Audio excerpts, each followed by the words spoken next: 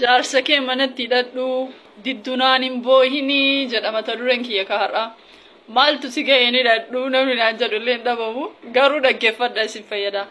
Jaarsakee san manatti hidhadha waa sadii manatti hidhadha narra fuudhe jettanii iyyuun duratti shamarran teen yookiin hawwanni teenna waa sadiin jaarsakee san manatti hidhadha. Tokkoffaa dhiirri amala isaatti uumama rabbi isaaf kenne keessatti malika ta'uu barbaada takkaahu mootii ta'uu barbaada. Kanaafuu malikummaa isaa kenniif yookiin mootummaa isaa kenniif rabbiin haala ilma namaa irratti uume kana rabbiin beeku dhiira kamillee malika akka inni ta'u addunyaa tanarratti carraa kenneefira. Hundi isaatu mana isaa keessatti dhiirri malika. Waan caammaa xaraguuf, waan mootummaa ta'eef, waan dammoo dhagaa cabsuufi miti. Waan dhiira ta'eef qofa malika ta'uu barbaada. Mootummaa kee ta'uu barbaada. Waan dhiira ta'ee si fuudheef qofa. Whatever kee waan fedhe dhagaa haa cabsu, lissuroo haa dalagu, doktora haa ta'u, waan fedhe haa ta'u. Malika godhiin kabajii jechuu kiyya. Keessattuu bakka sadii dubartoonni dhiira kabajaa. Yoo bakka sadii sanii irratti hin kabajin naan hin boohina. Tokkoffaa keessummaa biratti kabajaani. Keessummaa biroo hin jedhu hiriyaa isaa biratti. Tasumallee ittiin qalladin, qaldii hin taanellee ittiin hin jedhiniin. Lammaffaa maatii isaa biratti. Maaliifi maatiin isaa yookaas jaallatan yookaas hin jaallatan ta'a. Yoo ati isaan biratti isa xiqqeessite inni isaanillee duubaan maal fuudhe jedhanii waan itti qaaqaniif carraan inni si hiikuu yookiin dammoo carraan inni nama biraa sirratti ilaallachuu baay'ee bal'aadha. Kanaafuu bakka sana eeggadha. Sadaffaa maatii keessan biratti. Maatiin keessan siif maatii haa ta'u malee isaaf soddaa akka ta'e hin dagatiin. Kanaaf soddaa biratti namni uumamaan kabajamuu dammoo niin fedha. Kanaafuu tokkoffaa mootummaa godhaanii kabajaanii bakka sadan sanitti jechuudha. Meeqaa kenna tokko abbaan manaa keessan alaa dhufe waan inni harkaa qabu san irraa lafa keettanii takka huuqee baltan. Meeqaa keessantu yoo hiriyaa isaa hojii inni dhufe mataa isaa dhungattanii ol this not a shame shamey miti waan kana. Lammaffaa nyaata isaa eegiif. Dhiirri garaa jaalata waliin somnu. Dhiirti garaa ni jaallatti. Garaa isaaniitiin bakka diriiraa yaaqumu. Dhiirri guyyaa lama si obsuu ni danda'a. Guyyaa sadi akkas si obsuu danda'a. Garuu irra deddeebiidhaan nyaanni nagahaa manaa dhiyaataaf hin jiru taanaan beekisi osoo hin tahin tamana nyaataatti nyaata biraa nyaate sanillee ni hawwa. Isa reality kun uumama isaaniiti. Kanaafuu nyaata isaanii eegaafi baay'ina xiqqeena jechuun qulqullina nyaata isaanii eegaafi. Nyaata isaanii yeroodhaan qopheessaafi. Osuma nyaanni iyyuu wanni mana jiraate iyyuu jiraachuu baate at least nyaata yeroo tokko isa adabuuf jettanii yeroo baay'ee dubartoonni waan kanan godhan. Jaarsa manaa keessan adabuudhaaf jecha nyaata osoo hin dalagin eeyidanii nyaanni hin jiru jettaniitiin mana Ruwaandaa walitti hin godhina. Waan tokko ilaaf ilaamiidhaan hiikkachuu baradha. Nyaaraan haasa'uu baradha. Isatu khayrii qaba waan ta'eef. Hubbii kiyyaa habiibii kiyyaa wayite jaalallee sanillee meegar bultii fida.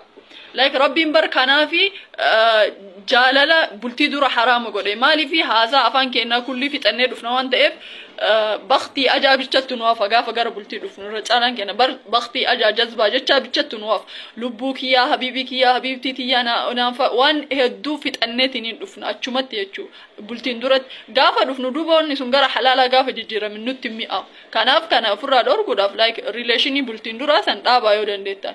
Yoo dadhabdan immoo eega bultii dhuftanillee lubbuu habiibiin himataate halaala sanillee beeka akkasitti. Sadaffaa qulqullina.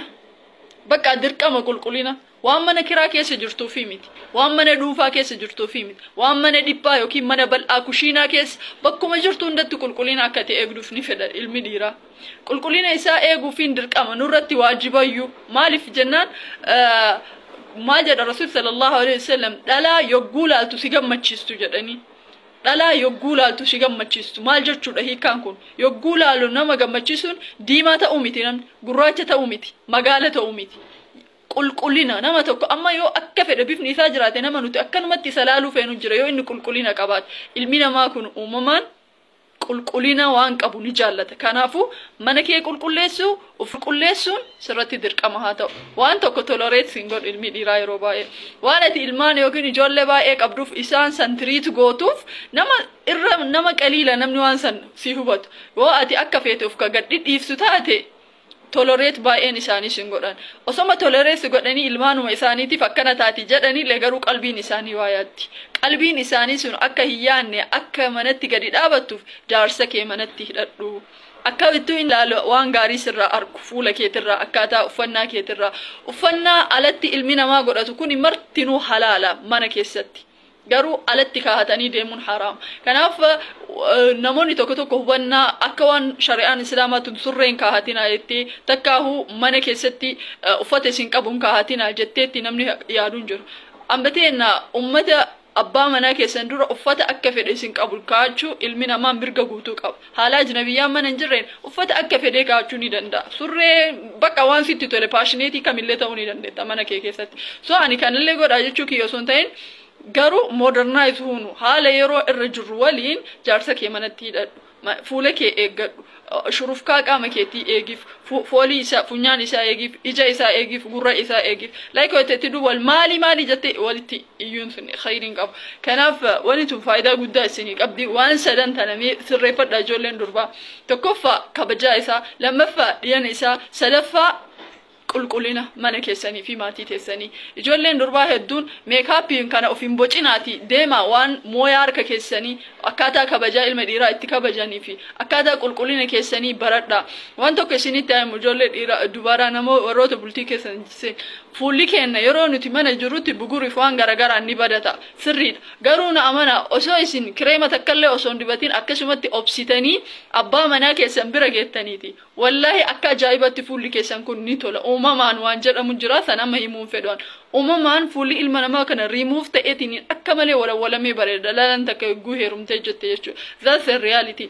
Isin garuu uumama rabbiin processii gaafa san sirraa balleessuu lafa kaa'ee dhiifnee jidduu tana kireema fayyadamne. Jidduu tanatti fuulli keenya dakkaata lazzaa fixata maalummaa isaa qodummaa isaa fixata. Ba'alla waan kana hin godhina rabbi isin alaafisu isin jaaladha. Assalaamu alaykum wa rahmatullahi wa barakatuh.